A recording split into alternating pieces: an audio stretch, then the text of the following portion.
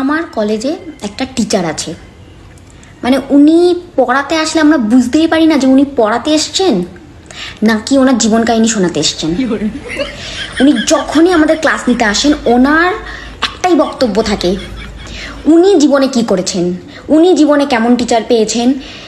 তার থেকেও বড় কথা, উনি টিচার হলেন কি করে। উনি ব্র্যাকেটকে ব্রাকেট বলে। ব্র্যাকেট নিজে আগে উচ্চারণ ঠিক করে আসুন, তারপর আমাদের ক্লাস নিতে আসবেন। উল্টো পাল্টা উচ্চারণ এসব কি? যখনই আসবেন তখনই আমার টিচার এই ছিলেন, আমি আমার টিচারকে অনুসরণ করি। মানেটা কি? আপনি আপনার টিচারকে অনুসরণ করেন, কি করেন আমরা জানতে চাইনি তো।